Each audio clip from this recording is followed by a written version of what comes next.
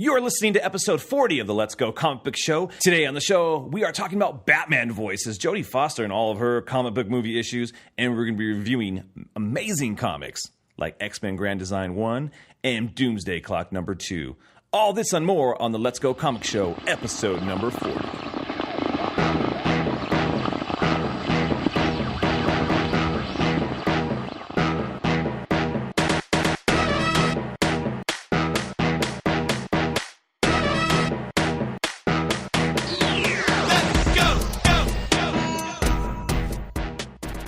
All right, man. Hey, Happy New Year. Happy New Year, Justin Kowalski. How you doing? Do you feel good in 2018 already? I feel good. We just introduced each other instead of ourselves. We did. Changing things up. I was already. like, hey, man. Hey, it's 2018. We're gonna do things different. We're gonna flip things around. New year, same us. Yeah, New Year, same us. You know, just older, wiser, and getting way better looking. So now that it's 2018.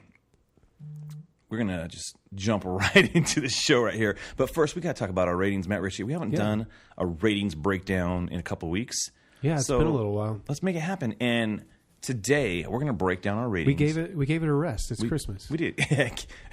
Give the rating breakdown a rest. It's Christmas. There you go. Dad, save yourself.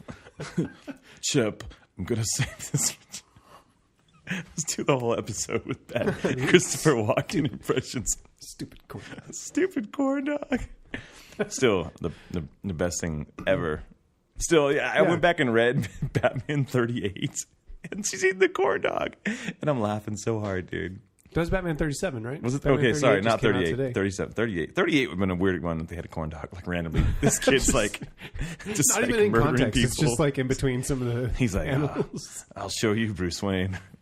Right, but the corn dog, like, that stuck out. It did. And we said we were going to do something on social media with that, and we totally didn't. We totally didn't. But I'm going to make a Let's Go Comic Show corn dog t-shirt. It's coming. Just wait. Dude. I just need time. I'm really busy right now. Stupid brand corn dogs. Stupid brand. No, it's going to be called. It's just Shrek's corn dogs, dude. Like, no, why not? Stupid corn dogs. Stupid. No, Shrek's stupid corn dogs. Like, why not? Like, it'd be great. It can go along with the. I have a Smilex gas t-shirt. It can be the brother sister products together. We'll make just t-shirts based on products in Batman. Like, I don't know what else Batman movies have like promoted. I don't know. We'll probably figure one out. We can figure one out for Batman Forever and Batman and Robin, I'm sure. What was something like? What was a Batman Forever? Like, I guess that like the brain thing you put on the Riddler's thing. Yeah. Well, his brain drain or whatever. Riddler's thing. The Riddler's thing. Hey. You could do from the Dark Knight. We could do throat lozenges. A pencil. A pencil. Magic trick pencils. Just add a face. All right. So this episode, we're going to break down our rating system based on, speaking of Batman voices. Man, we just can't escape Batman. Can't escape Batman. Like much just like last week's episode. Love right now, you know. He's just giving us a lot of love too. I was having a hard time finding a title last week, and I was like, okay, that works. Okay, so we're gonna base it on Batman voices. From our favorite Batman voice to our least favorite Batman voice. Ooh, man, this is going to be a tough one. Yeah, it is. So do you want to go first, buddy, or do you want me to start off? I'll go first. Just with the gotta go? Here is your gotta go. Gosh. You want to? We can work it I feel like you're going to say I got this wrong, but here it goes. You want to go from the bottom? You want to go start? You want to start bottom from the bottom? Barrel? Sure. Yeah, you want to go like you want to go trash juice, don't go? Sure, let's start from the bottom. All right. George Clooney. Yeah, I agree. I totally agree. It's like it's like he's having a casual conversation, conversation with people. I mean, it's not even a Batman voice. It's super charming. It's George Clooney. You're like, all right, like, hey, you sparkly tan Caesar haircut looking. I really liked doctor. him as Bruce Wayne though, but his Batman voice was not. Yeah, good. Dude, he's like who knows on what earth where George Clooney could have been the best Batman. He could have been like. I think he could have been great. Just nuanced performance. Instead, he was like, "Hey, I'm the shiny blue suited, silver nipple polishing Batman." So we're starting at the bottom. That's a don't go. That is a don't go. What about you? Yeah, I'm saying. All right, you want to do the? So next up from that is a go. Just a go. Okay, he was serviceable. a serviceable Batman voice. Val Kilmer. Really? All right. I mean, it's not the worst Batman voice. It was kind of like, bat signal is not a beeper. That kind of like, it's a Batman voice. It's not. I kind of want to change. I don't know. Change it. Go do what you got. No, You haven't said yours. No, I You want to change your don't go? My don't go to Christian Bale. Oh, what? Yeah, dude. Okay, what movie? Depends. If it's Batman Begins, The ones where he sounds like he's congested and sleepy. he has throat cancer. That one? Rachel. I just don't know what to do. Really? Yeah, it just sounds like he's out of breath and like can't breathe through his nose. I like Whatever, dude. I'll keep George Clooney. And I like the Batman Begins. Go Batman as Christian Bale. There we go. Wow. Okay. So a go is just Christian Bale. Mm-hmm. All right. Fair enough. Okay. So now we're going up to a let's go. This is a good voice. This is like the voice. Like, man, if Batman always sounded like this, it's good. Dude. Okay. This is really hard because there's like 3 Batman voices I want to do in my top 2. I know. It's hard. That's why you can't just give everything a go. Well, I'm going to get in trouble if You're not going to get. You won't get in trouble. There's one voice if I don't. Who are you going to get in trouble with? I'm going to get in trouble with all the people that. Dude, forget them. Forget them. This is about you. This is your list. Everyone's list is different. Hold on. I'm trying to remember the freaking dude's name. Bruce Greenwood. He's your what? He's your let's go? Mm-hmm. I like his Batman voice. Bruce Greenwood, the guy who does like the animated movies, like the most recent ones. No, he did. He's in Young Justice. He did Young Justice, but he also does. Was it Batman the Red Hood? I think he was in that one. He does. He didn't do more than that, though, did he? I feel like he does. I feel like he's done like Justice League and Earth X and all that stuff. Pretty sure, but I loved his voice for Batman in Young Justice specifically. He did a good job. He is not on my list. When I'm thinking, what? Right?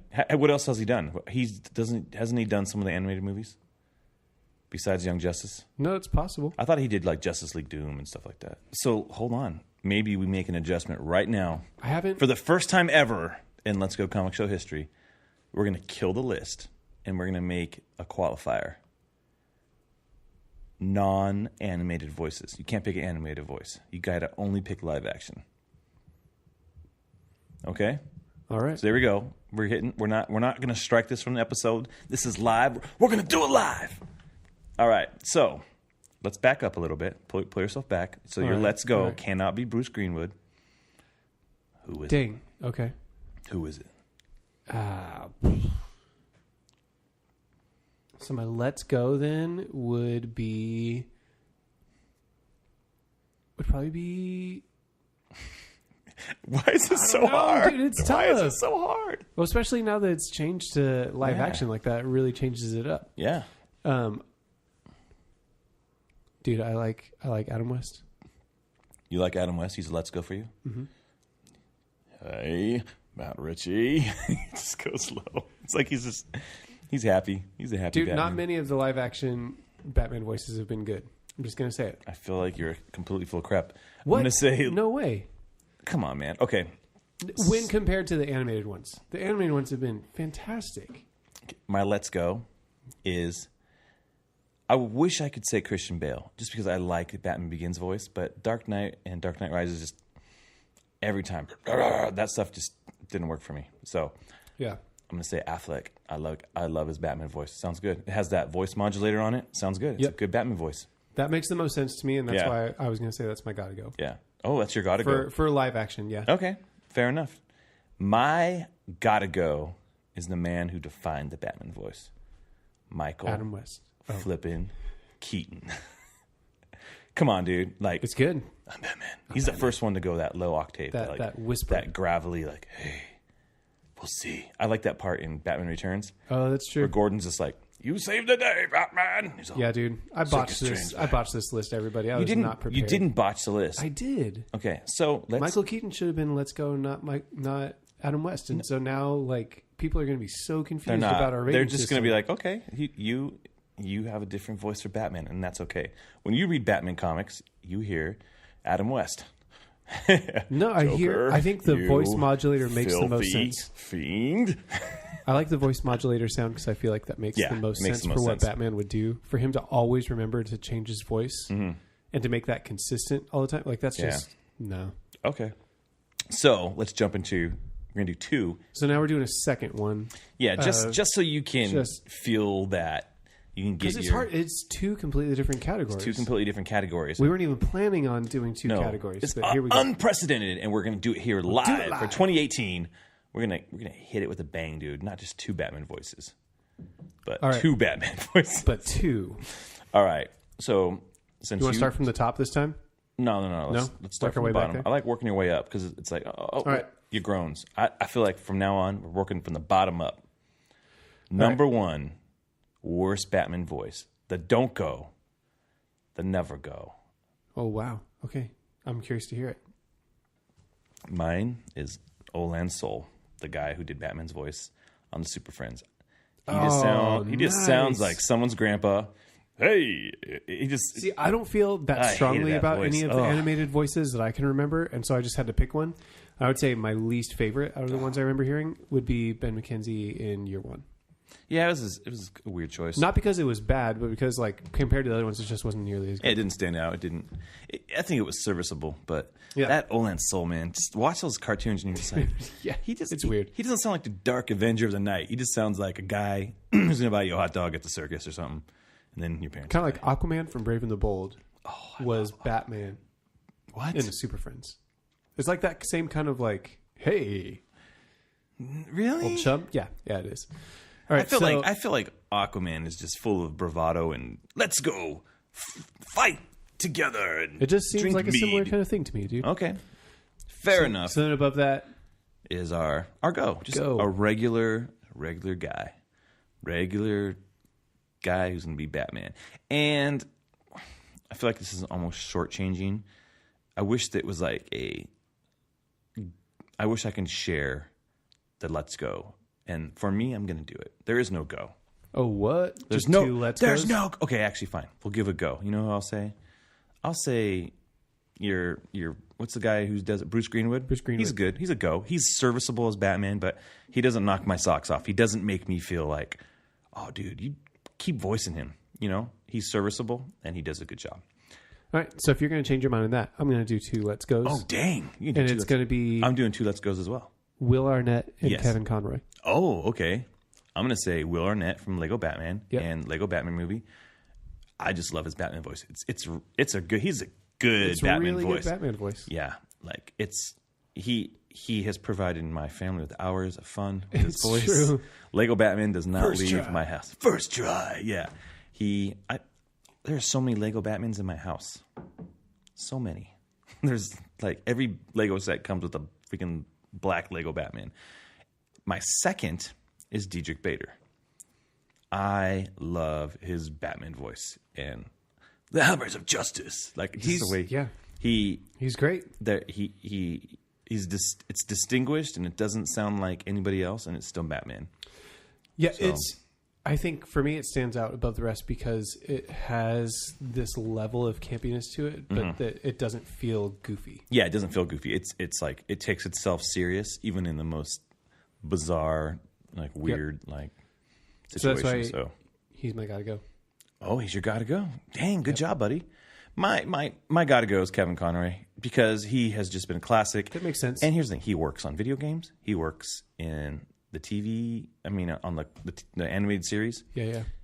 He's worked in different animation styles. You know, I think the only clunker he had was Killing Joke.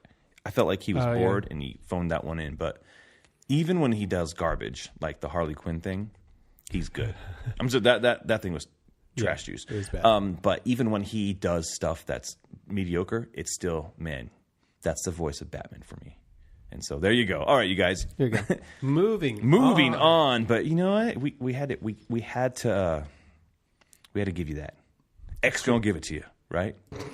X gonna give it to you. What? Sure.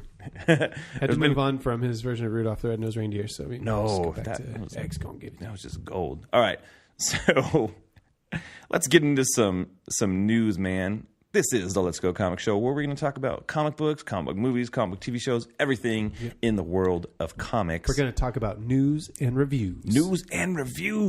So let's just... jump right in, man. Man, there's been a lot of stuff going on. Yeah, a lot of people having problems.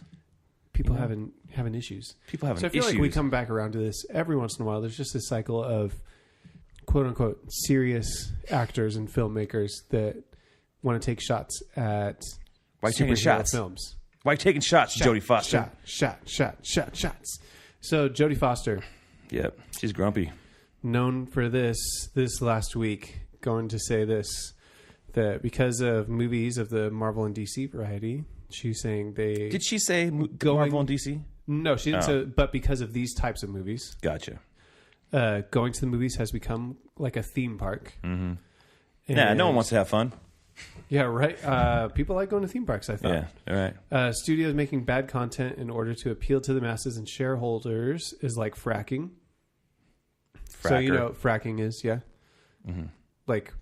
Break it down. Breaking stuff down from the earth, like bringing in like oil, like in a way that harms the planet. So you get the best return right now, but you wreck the earth. Mm. It's ruining the viewing habits of the American population, and then ultimately the rest of the world. The American it's ruining population the world. Is suffering. Hold on. I feel like Justice League wasn't that bad. I know, right? It's like whoa. Let's not judge everything based on that, guys. And she says, I feel like I make movies because there are things I have to say in order to figure out who I am or my place in the world or for me to evolve as a person. Then here's my thought on these. Do you mind if I go first? Please go. It's just a lot of assumptions that only a certain type of storytelling can do these things. Mm-hmm. I think that's the main thing. Like, it's this big assumption that because it's a certain type of movie, it has less meaning, it won't tell good stories, and it teaches people to not be good movie viewers. Now, that being said, we've talked about the state of fandom recently, these past few months, right? Trash juice of the year. Mm-hmm. To some degree, there's some validity to that. Because I think there's proof in the volatility, I would say, of the reactions of people to movies like this. Fans, like people that actually care about these characters, I think speaks to, like, you know, there is an aspect of that where that's probably true, and part of that needs to be owned, where you're teaching people to, for lack of a better term, just not know how to watch movies well. Yeah. Like, you're going in for someone to appease your expectations, not to actually experience something that someone has created. Does that make sense? And so I think there's an aspect that the geek culture has to own in that, and not just go, well, Jodie Foster, whatever, you don't know it. Well, you have to own the stuff you can own. That's what you should do in any given area of life, right? Where stuff's leveled against you.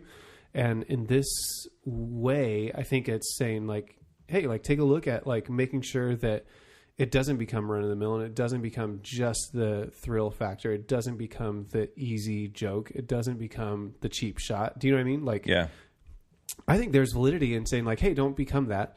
But I would push back against her to be like, dude, there's still meaningful things happening in this realm of storytelling, and there's still a lot to be told there. Yeah, just as much as any other category of storytelling. Yeah, I just feel like maybe she's kind of bummed that some of the movies she's done haven't got attention. I don't know. To me, it sounds like what you're doing it's not highbrow, and or it's not like you did Elysium, Jodie Foster. Wasn't that good of a movie, right? So are you part of that problem? Was that made? Were people fracking to make that movie? Like, I don't know, man. Yeah, I don't think she's CGI things and heroes flying around and having powers ultimately and inherently discounts a story's validity. Mm-mm. She did that movie Contact, which I really liked. I mean, that was years ago, but that was super sci-fi and you know, it had a bit of fantasy level into it, but it was good. I feel it's weird. She's doing a movie called Hotel Artemis, and half the people in that movie are from Marvel movies or something. Yeah, are people that have done movies in the genre, or you know, I think Zachary Quinto's in it. Just people who have done things, and it's like I hope they're like, hey, Jodie Foster, why are you so upset? Is she bummed that she didn't play like the Laura Dern character in Star Wars? Is she like, man, I got Laura Dern'd out. I could have been Commander what's her face? Commander B. Who knows, man? I know that for me, it's not always the case, but there's been a few movies this year where it's been like really meaningful themes and stuff discussed and explored in these films that are genre films that you would miss out on if you just wrote them off because of the genre they fall into. Yep. I agree. I think Logan, if you go back and listen to our episode where all of our wives were on for Wonder Woman, there were really special things that were gained from that film, and that would be missed out on if we just wrote that off as just being a genre film. Yeah, exactly. And for me, like even as recently as The Last Jedi, like I think there's really important themes and stuff that are explored in there in a meaningful way that even other Star Wars films haven't done before. Like mom jokes. No. No, not that. Okay, just curious. So I don't know. The other part of this story that I thought was interesting is someone sent the link of the Variety article that went out over to. I'm sorry, it was to James Gunn. Yeah, it was actually Deadline Hollywood. I want to get that correct. Deadline Hollywood link over to James Gunn, and he had a thread where he responded, and I thought it was some really good stuff. Honestly, dude, it was like 6 posts. So I mean, they're all real short. Like I can read kind of the highlights right now. So one that James Gunn says, I think Foster looks at film in an old-fashioned way where spectacle film can't be thought-provoking. Yeah.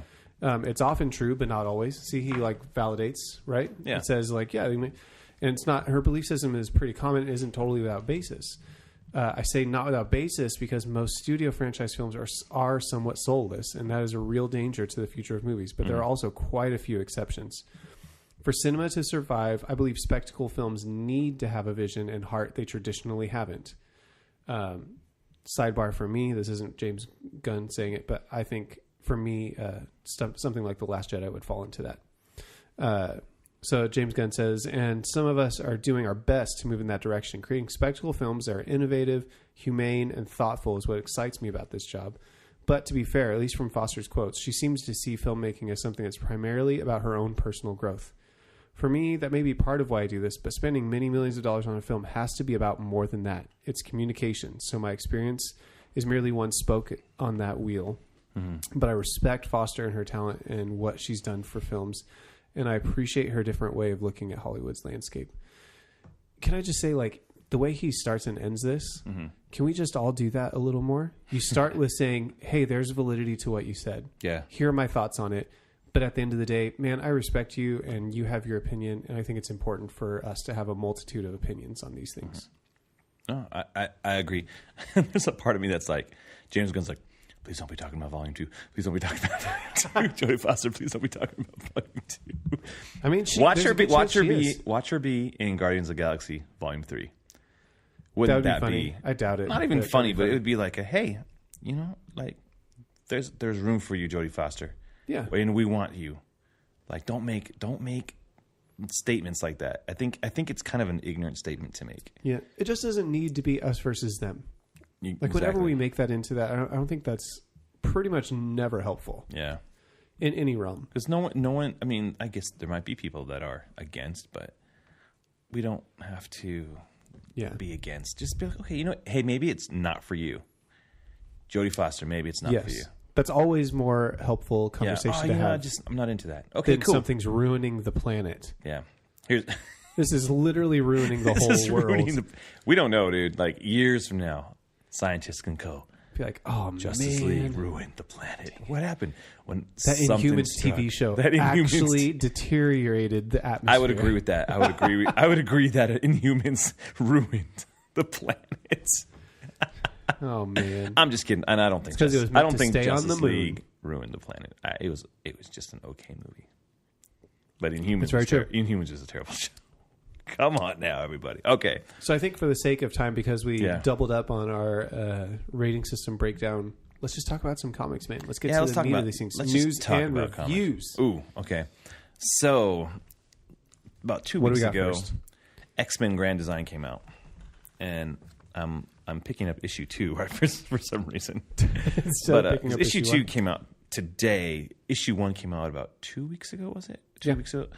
And it's by Ed Piskor, who's done Hip Hop Family Tree.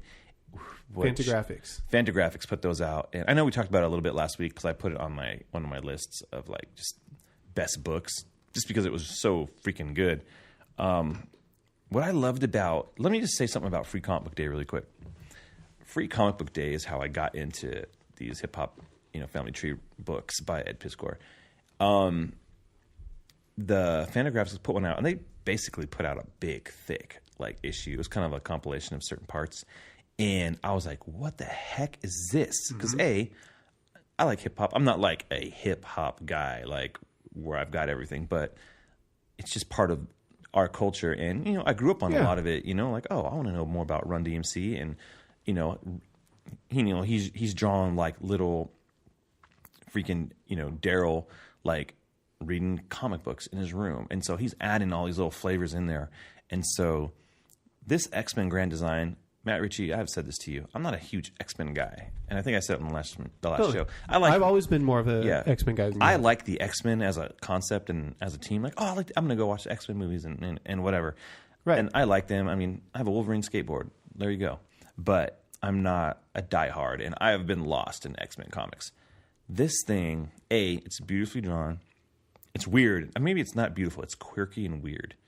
But I absolutely love his artwork, his style. I dig it. And it's really written well. And it's in that same documentary style that he's done with the hip-hop books. It's thick. And this thing, we talk about smell them floppies. Dude, I'm going to take this out right now. This thing smells so good. Don't buy this digitally, friends. Go to the comic store. I'm just going to throw in there. Oh, man. Sometimes when the paper's right, you got to feel them floppies, too. Oh, sometimes you got to feel them floppies, too. Here's what I love about this. It definitely has that. They went with the zip dots and the old. It's already aged. One thing about this book, dude, 20 years from now, you're not going to know if it's yellowed because this thing came yellow. Okay, so it came yellow, but then you look at some of the panels. When there's something that's white in the panel, it's jarring. Oh, dude, Iceman just pops off the page. There's some so good, psychic energies and stuff that Professor X has. It's the word balloons aren't white, dude. They're they're kind of gray page. Yeah. But dude, the psychic energy and stuff and magnetic powers from Magneto and it's popping, dude. The art choices are really great, man. The coloring, but then also just the point of view for different things. You just passed a page I saw you flip through where it shows it's from Magneto's point of view, where he's coming up to talk to someone, and the panel is rectangle still, but what you see is in the shape of Magneto's helmet, his visor. And I think that was one of the coolest moments. Yeah, that one too. Dude, it was just so great. Yo, man, he doesn't have much of a peripheral, but it doesn't matter, man. It's just so good. And what it does too. We've talked about X-Men, when things are really confusing, we call it X-Men confusing. X-Men confusing. Just because X-Men, there's so many different things that have gone on in their history. Yeah. And in one book, in the first issue, 30 plus years of comic book history are covered. And I don't know about you, dude, but it makes sense, and it feels like one story. Yeah, and I'm like, let's go. Yeah, this is. I hope. Here's what I hope: that this is such a hit for him that they're like, all right, dude, do Avengers Grand Design. Oh my gosh, yes. Right, Spider-Man Grand Design. I want to see this guy tackle all these books, and so issue 2 came out today. I haven't even read it yet, but my heart breaks. And my heart rejoices because these comics are not cheap. This is a $5.99 comic book. What? You're going to drop $6 with the bag and board on this thing, right? And the next issue, because I was like, oh, dang, it's already coming out. But the next issue doesn't come out until late 2018. So I don't know if that's Aquaman late or if it's summer movie late. I don't know when this thing comes out. And I'm like, oh, man, I hope I don't lose interest. But please, friends, if you can, pick them up as single issues, but they're probably just going to collect these 2 issues together. And do you think it'll be broken up? That's what I was thinking. Yeah. The next issue is going to keep you interested. Is it's kind of 2 issues at a time. Yeah, and I think they're hitting eras. The next one is going to be that giant size X-Men era. That's what they're so going to hit. This is Dark leading Phoenix, up to Giant Size X-Men, where Dark Phoenix, all that type of stuff. So probably where she's Marvel Girl and goes to the green costume and stuff like that. Mm-hmm. And so what's cool is there is an additional reading thing at the end of it where it tells you page 1 read, X-Men number 4 and X-Men 49. And there's like a kind of an index. Yeah. So if you want to read more about these things. Which now that I accidentally forgot to end my Marvel Unlimited subscription before the month was up, I'm gonna have to check those out. Check them out, dude, because it's good. It's good stuff. Just side note, I love Marvel Unlimited. Marvel Unlimited, you're the best. So check out Ed Piscor on Twitter. Like, he doesn't follow anybody back, but he's been showing some behind the scenes. Like, he has his old action figures from the 90s and all his old comics, and it's been really cool to kind of follow along. Like, now that it's out, and then going back to see like what he has done, it's pretty cool. Yeah. So check it out, man. X-Men Grand Design. It's just a freaking. What would you rate it? It's a gotta go. I was just gonna say it's a gotta go. Yeah. And here's why seems it's a like gotta go. Essential comic book reading. Okay. Like, even if you have no context for the X-Men, this is going to give you all that you need. In my mind. Yep. So. Yeah, I guess. I interrupted you. Sorry. No, that's fine. I was gonna say it is coming out in the summertime. The next parts. So I just clicked onto his Twitter just to kind of look at like I was gonna look at some of his fun pictures, and yeah, there you go, dude. So I dig it. Man. So good. So great. It was a really good book. Yeah. And the covers connect. It feels like a fresh start to 2018. Yeah. With a fresh comic book. Yeah, and it's fun. It's such a good take, man. Please do more comics like this, people. Do more comics. Yes. Do more fun, interesting comics. That's all I'm saying. I'm for it. All right. So next we have another number 1 out today. Batman and the Signal. Yeah. Number 1. All right. Justin, tell us about this book, dude. So this is following Duke Thomas, and it's kind of, if you've been reading any Batman comics, and he first appeared in the We Are Robin stuff, and so now he's been helping out Batman in those comics, and now he's been in Metal, hanging out with Hal Jordan and the Joker and all that stuff, and so now he's popping up in his own little miniseries here. Yes. Which I kind of think he gets shortchanged when it's called Batman and the Signal. It should just be called The Signal, featuring Batman. Yeah, does that seem... I mean, even the... Batman sells, that's all. I know. Even the logo, it's like all Batman. Gigantic Batman. Such a weird, I like Cully Hammer's art, but his Batman looks a little weird. His Batman looks a little weirder. His Batman looks really thin to me. Yeah, he looks like, come on, Batman, you got to eat a taco or something, dude. Have some jalapeno bread, dude. How are you feeling about that Signal costume design? We talked about it before. We talked about it before. It looks like Wolverine and whatever, but it's whatever. I just feel like it's yellow. Speaking of X-Men, it looks like an X-Men costume. It does kind of. I like the inverted bat symbol, though, as far as the colors and stuff. Yeah, that's cool. I think my biggest complaint with it is it's very techy and stuff, but then he's got the lace-up boots. Like, if you're going to go with that whole feel of super tech, and then you can't go with the lace-up boots. That's true. But that's just me being me, overlooking it. I like the intro of it with the whole Bat family there, and he's talking about his nightmare about not being apart. And right. But overall, it was fun. It's by Scott Snyder and Tony Patrick, the story, and then the writer is Tony Patrick. But Cully Hamner, I like him. He's actually a DC kind of production artist. Like, he did a lot of turnarounds for New 52 suits when those came out. I got to see him sketch at Comic-Con a few times. It was cool. But, dude, I remember that. Remember that? Yeah, remember he was drawing live. I think he was doing like Blue Beetle or something like that. But super cool. Yeah, the art's good. It's a fun story. It didn't we meet some new characters. But yeah, you get some new characters. Decent amount. Yeah, you're getting this. I can't think of what was her name, but she has like the missing arm, and she's like a detective. Gordon. Yeah, she seems pretty cool. So there's this weird like Gotham proper. It's like this funded housing by Wayne Industries has made it. It's for like civic employees, and they're constructing it like way atop, and that seems really fun and interesting. Yeah, so I think there's some interesting aspects to it for sure. And you also have some more characters carrying over from We Are Robin as supporting characters, which is pretty cool. Girl so you get his uncle, and what I like about it is he's the guy who comes out during the daytime, and Gotham is like, what the heck? This isn't supposed to happen during the daytime. So it's weird, like, bad stuff only happens at night. And so now there's, like, these murders and explosions and things going on. And so Batman's here to tell him, I need you in the daytime. We need the signal. Yeah. And then plus his powers are kind of manifesting as well. He's got some powers. Which is really unclear to me still. Yeah, it's still pretty unclear.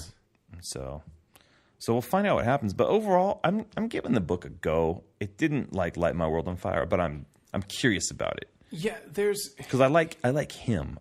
This is the first time reading a book that was all focused on him. I didn't care for him so much, but I am interested in the world. Yes, I think there's like this whole other world of characters. Yeah, and this source of powers where they're, where the idea of where they might be coming from. I'm like, oh, that's kind of interesting. To me, I would say my summary of this is that it feels like. I don't think it's necessarily... I mean, maybe it's intentional, maybe it's not. It feels like it's trying to be like a Miles Morales type of book, but I don't feel as compelled reading his character as I do Miles Morales. Okay. I think there's some sort of handle or in for Miles Morales where I feel like connected a little quicker to where Duke... And it might be because they're still being elusive, like what his powers actually are. Like, I don't really care where they come from. Like, that doesn't have to be clear for me to enjoy the story. Yeah. But I'm still really unclear as it, and then some of the pacing as far as when things were happening at different times, I was a little lost a couple times. And so I think, like we say with almost any book, like you want to give it a few issues to see if it can get its feet. So I'm curious to see where it goes, but I would agree. Yeah. I would say it's a go. Like it's not bad. I'm not upset that I read it, but it wasn't something where I'm like on the edge of my seat waiting for the next issue. Yeah. So, it's only a 3-issue miniseries. Oh, there so you go. So that makes it a little easier to kind of be like, yeah, let's see this story. Yeah, see it play out. So Batman and Signal both giving it a go. All right, let's jump into Batman White Knight. Yeah. Issue 4. Just real quick. It was good. Yeah. How do you feel about the Neo Joker? Pretty cool. I think, obviously, the Neo Joker is Harley Quinn. The alternate Harley Quinn. Well, yeah, but I mean, how do you feel like about her taking on that persona and stuff? It's definitely interesting. It's again, it's cool that they're just using different. They're making that an interpretation of Harley Quinn. They're making it a separate character. That whole totally. I'm trying to figure out what's up with this Joker. Like, did the medicine kill the white skin, or was he putting paint on? Like, I'm not sure about that. I know that's not even addressed in here. I'm just trying to think, like, where's this guy go? Because he's been pushed a little bit to that edge of, like, we're going to bring you back, you know? Yeah. There was that situation. I kind of like this, you know, the title White Knight. At first, you're not sure what it is. But then in this one, there's a very strong, like, racial connotation with the White Knight, where he is this white guy in Gotham, where he's representing, like, a black neighborhood. And even... Speaking of Duke Thomas, there's an alternate version of Duke Thomas here who's like an ex-policeman. And he's like... Which for him, I feel super compelled by that character. Yeah. So this different version of Duke Thomas, you're like, oh, what's going on with him? So they live in this you know, part of the Gotham called Backport. And everyone's kind of like, okay, fine, we're gonna give, you know, Jack Napier, he's kind of our voice right now, but it's kind of like maybe he is a white knight, like in that negative connotation, like, oh, I'm the white guy who's going to help all these people out. Like like white knighting as a verb or whatever. Yeah. So it's definitely an interesting take, and I'm not sure if that's what the title of the book means, but it could be one of those things where it takes on many different titles. So really, I think this is a step up from issue 3. Issue 3, I mean, every issue's been good. 3 kind of took a dip, but 4... Well, I think when you have as strong of a start as you do with 1 and 2, that any dip in that is going to seem a little more drastic than it actually is. Yeah. Like even issue 3, that was still better than most other comic books on the stand. Yeah.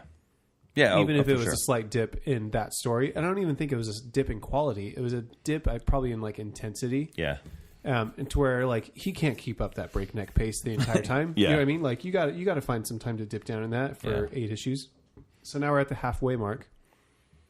That art is still just so awesome. Art is good. It's consistent. I'm glad this book's not late.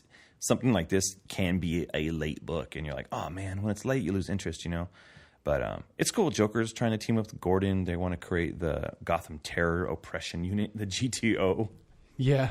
Like it's such a, they wanted to redistribute the Batman, the Batman like relief fund and pour it into the police department. And he's really like convincing Gordon, like, man, these are some good ideas. And like saying like, hey, all of you guys get Batmobiles instead of Batman being the only one to get a Batmobile. Yeah. And I'm like, why don't we all get Batmobiles? Dude, well, and that's what I'm saying. Like this book keeps doing this over and over again. It keeps asking questions and things.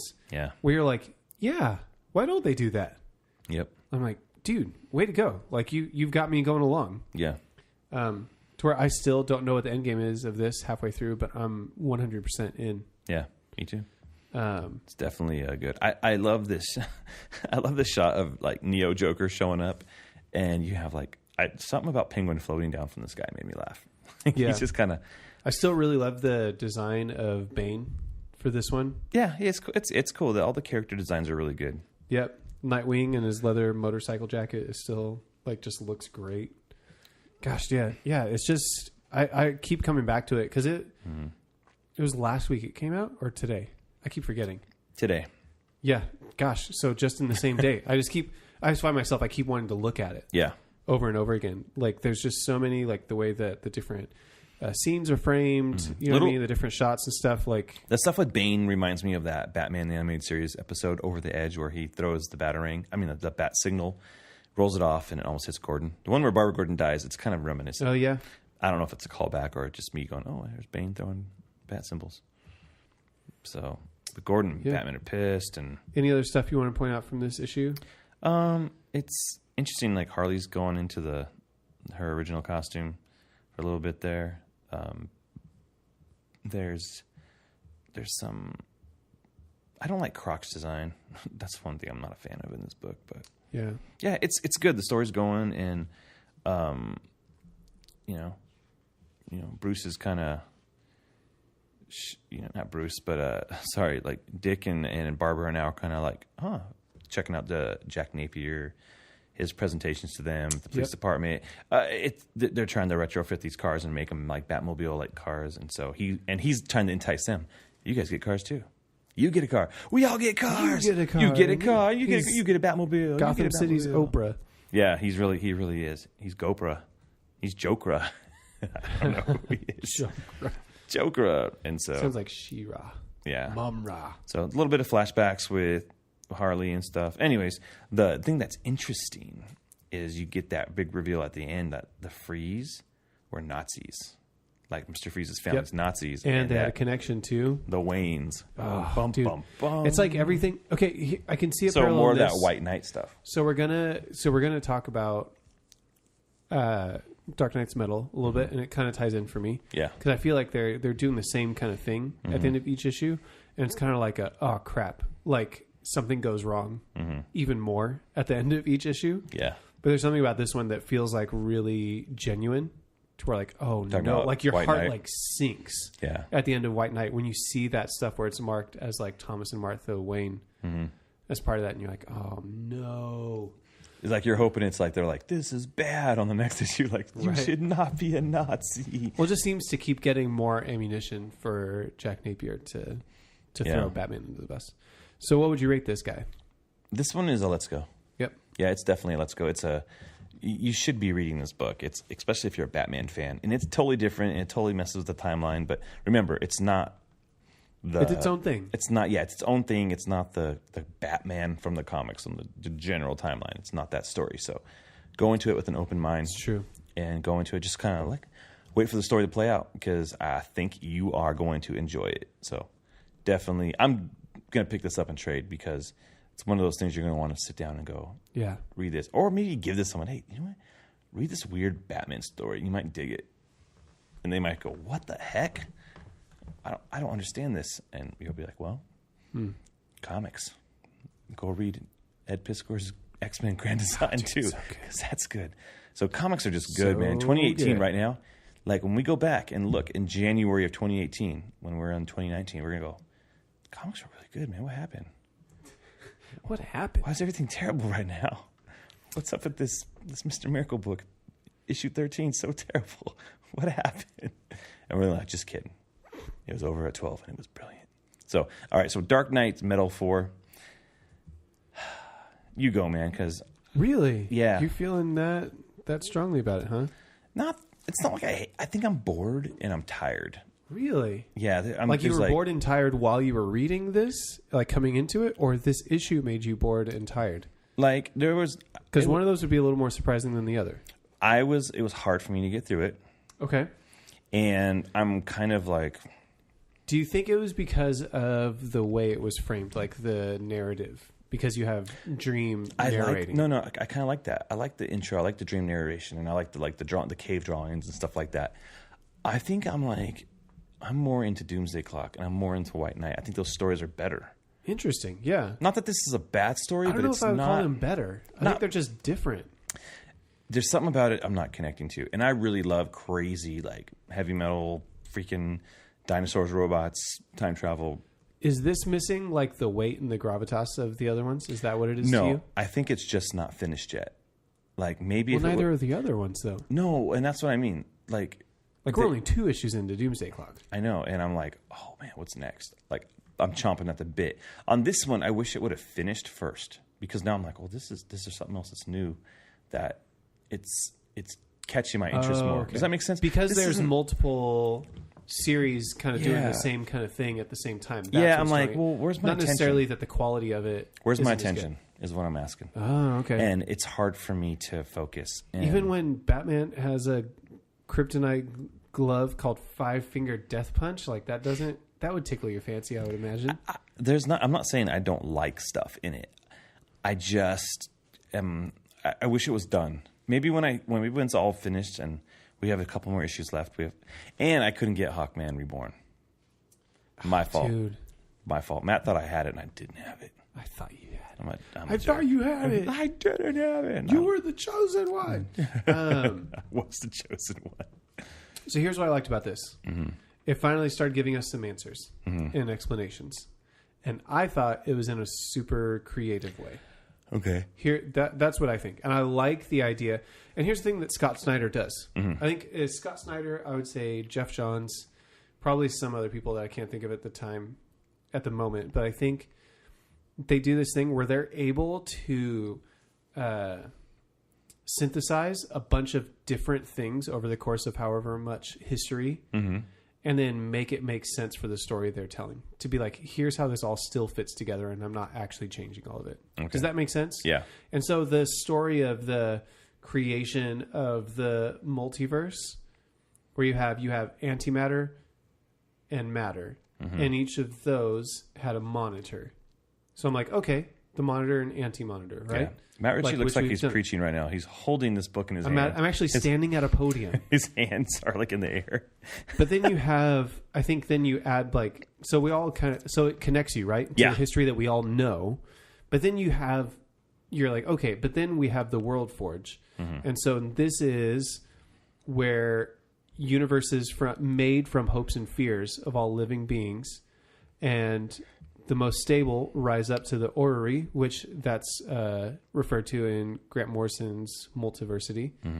That's what they call like the actual multiverse proper, right? Yeah. But then you have the great dragon that's supposed to destroy the worlds that were unstable, right? And that's what created the dark multiverse, where the ones that were unstable got to be able to live on and thrive. Because the dragon, who was Barbados, took over and killed the World Forge. Gotcha. So like that for me was really interesting, a really interesting way of doing it, and finally gave some information, because I feel like they've just been kind of pulling us along for the first 3 issues. Does that make sense? It felt like it was more problems, and now we're starting to get some context, and we're starting to see the edges of the story. Does that make sense? Like we can kind of see the container of the story a little bit. And even that moment where he starts to tell the story that is told in constellations, which I'm like, that just looks cool. But you have Sandman, Dream, whatever you want to call him, saying, I can give you the most powerful weapon in all of creation. I can give you a story. That idea to me is just really cool. That a story is like one of the most powerful things to exist. And I think, and it just sets up all these things as stories, which, depending on your point of view, might lessen the impact of it, might it's not even about that. I don't think it's bad. I just think my attention has been drawn elsewhere.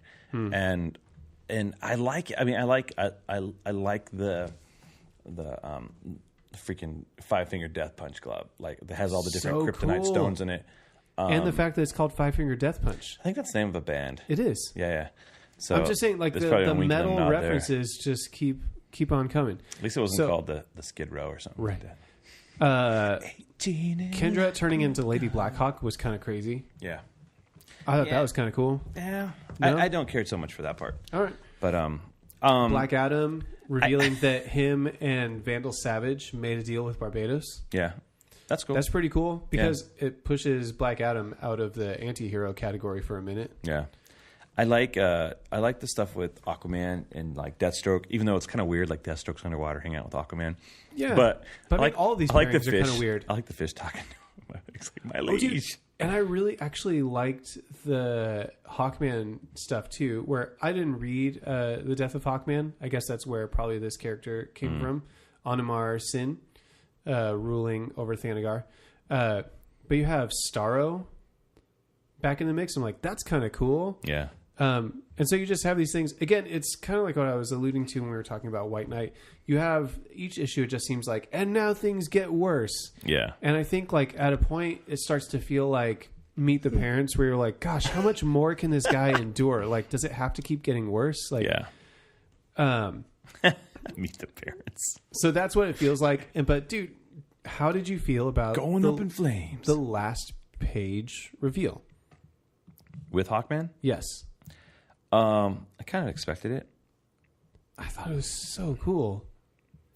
It looks awesome. It looks awesome. It just kind of, I would have rather it been like a more traditional Hawkman looking a little more awesome. But he's supposed to be the dragon. I know. It's got to start here, man. Like it just. But then again, like I'm sorry, we'll see what happens. Can't. We're 2/3 of the way through this series. Yeah, we're 4 out of 6 issues, and to end it with "and all hope burns to ash." I'm like, this is literally how you've ended every issue. Yeah, saying that hope is lost. I'm like, I get it. Can we start seeing the other stuff? Yeah. Because when he tells that story about the was it the World Forge that is made from the hopes and fears of people. I'm like, well, I want to see some of those other ones too. Like, let's balance this thing out. Like, I'm really curious to see that, right? Yeah. So we'll see more play out. I want to read Hawkman Found. Maybe I'll go the Justin Kowalski route, and I'll just try to find a digital copy of it real quick. Yeah, it's easy to find that. Go to dccomics.com, and then you can buy it. Maybe I will. But yeah, I liked it. I think I liked it more than you did. Yeah. I mean, I thought the art looked awesome. Greg Capullo is always good. I mean, everything's good. No, but those parts, though, those really big, like pulled back, sweeping shots, I think just look so cool. Like that last 2-page spread before you get to the final page on the Forge of Worlds. So good, dude. So good. Yeah, this book continues to be Let's Go for me. That's good. So let's go. I'm not saying it's not Let's Go. I feel like for me, it's a... You're distracted is what you're saying. I'm distracted, man. And I want to be super pumped. So right now for me, it's a go. And we'll see what it is at the end. As a complete book, we'll see where it rates. Yeah. And so, I'm actually really excited to see it go. To continue to go. And so we've got 2 more issues left, and we'll see where it goes, man. And we have the New Age of Heroes spinning out of this, apparently.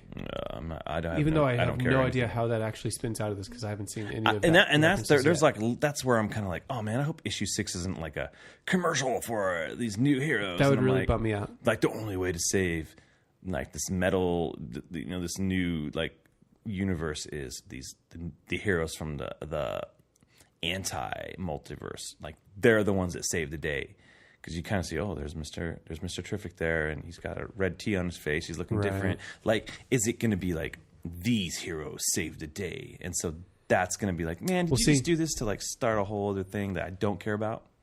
I hope it's self-contained. Yeah. But I mean, starting and trying new things isn't necessarily bad either. It's not bad. So, all right. What else we got? On and on. So, I got some other books today. I got Superman 38, which I have not read yet. So I can't say anything. I read it. It's good. Matt read it, and he's saying it's good. So you're saying this whole Super Sons of Tomorrow crossover. I love it, but I have been very upfront about my love for the original Titans of Tomorrow story, and maybe that's clouding my judgment of whether it's a good story or not. But I'm enjoying it. Cool, and that's all that matters. But I'm excited to read the rest of it. So if you want to give it a rating. Overall, give it an overall miniseries rating and an overall rating. Miniseries rating. I would give it a let's go just because I like time travel stuff. Okay, I like those Titans characters. I like seeing Connor Kent, Bart Allen, and Cassie Sandsmark. Yeah, Sandsmark. Gosh, I always blank on her one. In there, and it seems like I don't want to give stuff away, but seeing those characters incorporated, that makes me happy. Very cool. And I don't think it's giving anything away. I think people know that it's Titans Tomorrow characters coming back. Yeah. And being brought into Rebirth and some type of a crossover. I dig it. So, very cool. I haven't talked much about... Well, actually, we're going to get the obvious out of the way. Batman 38. It's a let's go. It's a good issue. Yeah. It's kind of an issue that's like a little different. It's a break. I get the break. It's a break. Definitely a break. It's not one I really wanted, though. Just because I love the last two issues so much. So I think it was like a palate cleanse for whatever else is coming next. And which I think he teams up with Wonder Woman. I think so. So he's hitting up all his buddies. So Joelle Jones doing that one again? Yeah, I think she is. Oh, dude, that's awesome. Good. And I'm like, really good. I really like this rotating art team. She was one of the people, by the way. Like we did our show last week, and we talked about we're going to forget about someone. I was like, dang it, it was her. Totally forgot about Joelle Jones because that arc for Batman. I thought we said the whole. Art. I mean, the whole Batman. The whole thing was great, and the whole thing. But I think we never mentioned her by name. Oh. And I just knew like afterwards. Like, well, Joelle Jones, your art is great, fantastic. Draw whatever you want, girl.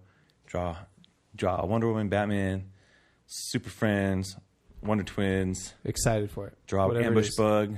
Draw whatever you want, and we will buy it and read it. So I wanted to talk about Guardians of the Galaxy. I haven't talked about it yet. It was one of those books that I was like, I'm going to get it. I'm not going to get it. I'm off and on. And so ever since Legacy, I've been kind of consistent with it. I only missed a couple from the Marvel. What the heck was it called? Well, not Marvel Now. It was just whatever the new initiative was. It was all new Guardians of the Galaxy is what I was getting. Was it Marvel? This wasn't Legacy? It was before Legacy. Yeah, it was before Legacy. And it's really weird because in my library, my digital library, even though I buy the physical copies, I tend to just throw the digital code in there and read them on the iPad. But I think I missed the last 3 issues, but dude, Marcus Toe's on this. I'm a big Marcus Toe fan. Mm-hmm. And same writer still on it. Duggan. And Dugan. It's a really fun story. And so we got the Guardians of the Galaxy, and they've become part of the Nova Corps. And Ant-Man is a part of the team. Okay. And it's Scott. What's his name? Scott Lang? Scott Lang, Ant-Man. And it's really fun. It's really cool. His interactions with him is cool. He kind of teamed up with Gamora and part of the arc, and you got Peter Quill running into an old buddy, and it's building up to issue 150, which came out today, which I have not read, and it's the return of Adam Warlock. And dang. It's got a fancy cover. It's got a fancy freaking $5 cover. Ooh, which I was like, why we got to do that? But why you gotta do me like that? I'm really liking this book. Like they're dealing with some crazy Groot stuff going on that's been kind of lingering throughout the series. And I'm just saying, if you like the Guardians of the Galaxy movies, this comic it's similar in feel and tone, but I think it's better. Yeah, it's able to get the seriousness, and I feel like there's some good character moments, like some interesting things. Like Drax is kind of he's become this like pacifist, but he's fighting that.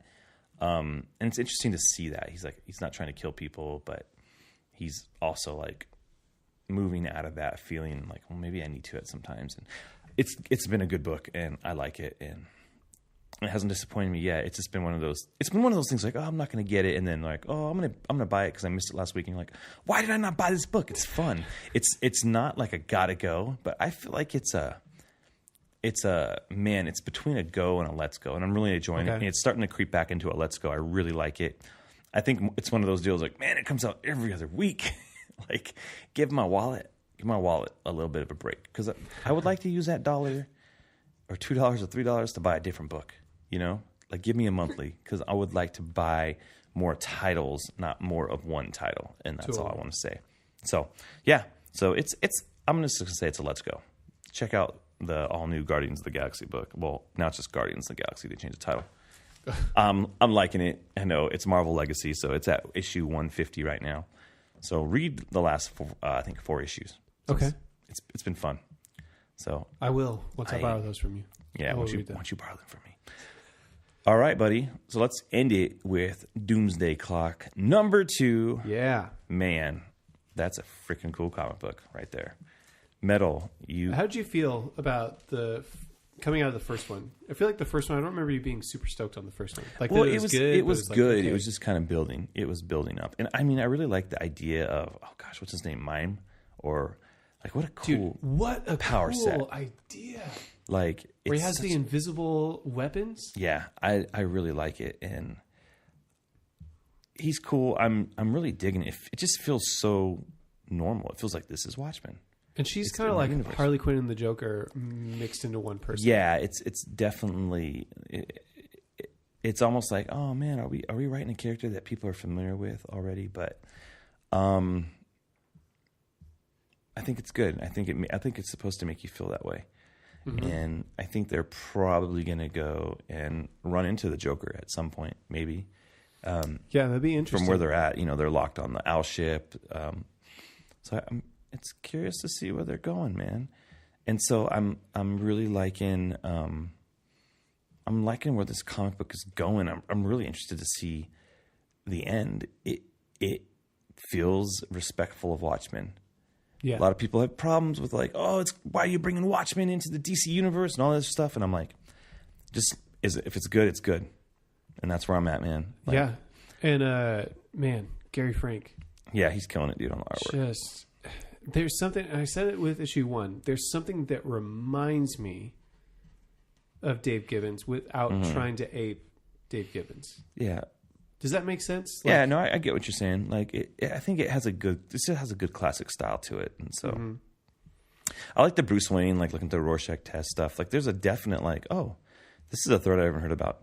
Gotham not trusting Batman, bringing some of that stuff up. Yeah, and there's a through line even artistically in the transitions, like with using 9-panel grids for the most part. Yeah, dude, one of my favorite ones is the page where the text box says, "When are you going to open your eyes?" And it's the bat signal against the clouds, and then you see the eyes of the owl ship coming through. I'm like, yes, yeah, it's cool. And I like the stuff with Ozymandias and Lex Luthor, like this. Yeah. Lex he automatically knew who the 2 smartest people on the planet were. Sure. Did you notice that the clock in Wayne Manor is set to the same time as the Doomsday Clock? Or at least it looks like it. It's 4 minutes to midnight. Oh, there you go. I don't know. A lot of cool, like, little details. Yeah. Again, the ball's still rolling. Back. I mean, issue 3 and 4 is going to really be like, oh, dang. Because this is a 12-issue miniseries. Well, maxi series. And so you're going to get... it's going to be a slow burn, but I'm really like interested in what's going on. Like Rorschach in the Batcave. I'm like, oh, dang, what's that all about? I kind of feel like Batman security would be a little more sophisticated, but I'll go with it for the story, Yeah. You broke in pretty easy. And anytime you have a character that's kind of like giving their perspective on a known character too, like Rorschach walking through and be like, man, what kind of dude is this? Yeah. That keeps like these trophies and stuff, Yeah. And it's not even really Rorschach. It's somebody who is the new Rorschach. Whose first name is Reggie. Reggie, yeah. I'm like, oh, dang, who's Reggie? Do you even know? That didn't ring any bells for me as far as knowing who that is. I don't know. I have no idea, dude. I still really like Gary Frank's Lex Luthor. It looks very similar to the... what was the name of it? Was it Superman Secret Origin? Was that what they called it? Oh, the one that him and Jeff Johns did? That him and Jeff Johns did? Yeah. Yeah, he pretty much... It's still a very similar style. Yeah, it's definitely... like, I mean, his Superman is Reeves. It's Christopher Reeves, definitely. There's a definite, homage to the Christopher Reeves Superman. Anyways. Okay, it's a good book, dude. What the heck do we want to spoil the last page?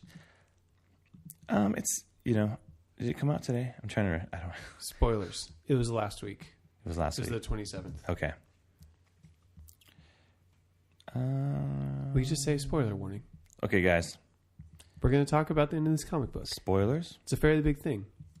Spoilers? Read the book for yourself. Read the book for yourself. But, here we go. Spoilers. The freaking comedian. Mm-hmm. What? What is going on? Does the comedian exist in the DC universe? Who knows? It could be a time travel thing. It's the end of a comic, so that usually means, oh, this is not what it seems. Well, yeah, but I know. But he has memory. Like when he says, last time you came to me, I was confused, drunk. This time I'm ready for you, yeah. I'm like, wait, what? So it's not like a completely different guy. Yeah. But someone who remembers meeting up with him. And he gave Lex Luthor a flesh wound, so like Lex has got, ooh, dang. And like the Rorschach test matches Rorschach's mask on that page. And I love that interaction. Just short sentences between Batman and Rorschach. You ate my breakfast. Yeah, I did. Yeah. And then we have handcuffs that are unlocked saying... Oh, yeah. Mime and what's her face? What's her name again? They're out. They're out and about, and Joker is going to run into them. Oh, man. What did you think of the opening as well, when we have Dr. Manhattan make an appearance? I mean, it's not like it was like a surprising thing. I'm like, okay. A lot of it's like, okay, I'm interested. Yeah. Where are we going? What are we doing? I like that she says in nice briefs. Nice. It was funny. That whole part was like, but dumb. And there's like this shot on like her like corset. It's all but dumb. It just seemed kind of funny. What is it? I don't know. That was an interesting moment though. For what all of a sudden gives Dr. Manhattan mercy for someone like that when he usually wouldn't have it. Memories. There's an ounce of humanity in him, and nothing like really triggers that. By the end of the Watchmen, like that's pretty much gone. But things do trigger it. Having an unborn child, maybe because he can see. He's unstuck from time, so he can see. He can see child. Where you go. Yeah, and so it just depends, dude. I think it makes him an interesting character. Like there can be something that triggers him at one moment. Like I'm not gonna not right now. Not right now. Am I gonna react on how I usually would? There's a little bit of a, I don't know if you call it a humanity creeping back in. That's probably what it is. But there's something there that makes him pause. Yeah. And so can I ask you two questions? Yes. Theories about this book. Yeah. Did Dr. Manhattan create the DC universe, do you think? Oh, gosh, I hope not. But that would be really interesting. Do you think he's been hiding as a character in the DC universe? Yes, I think more of that. I think that he has... They kind of hint at that it could be that. Yeah, I think that he is hiding there. And I think that he... Who do you think he could be hiding as? Like, that's so cool. I don't know if he's hiding as somebody. I think he has just been there, manipulating and doing things, terrible things, like the New 52. He's like, oh, breaking up marriages and putting lines everywhere. Lines. He likes lines. He's busy. It's like clock. It's like the inner workings of a clock. And then Wally West starts to figure it out. Yeah. So, I mean, I don't have a single guess as to who he is. Titans of Tomorrow. There's a lot of things coming to a head, which I'm really curious to see how all this coincides. Because I've also, I didn't talk about it, but Action Comics, I've gotten the last two issues, 993 and 994. Yeah. Having to do with Booster Gold. Yeah. Having to do with some time travel. Love Booster Gold. Wibbly wobbly, timey-wimey stuff. Wibbly wobbly, timey-wimey.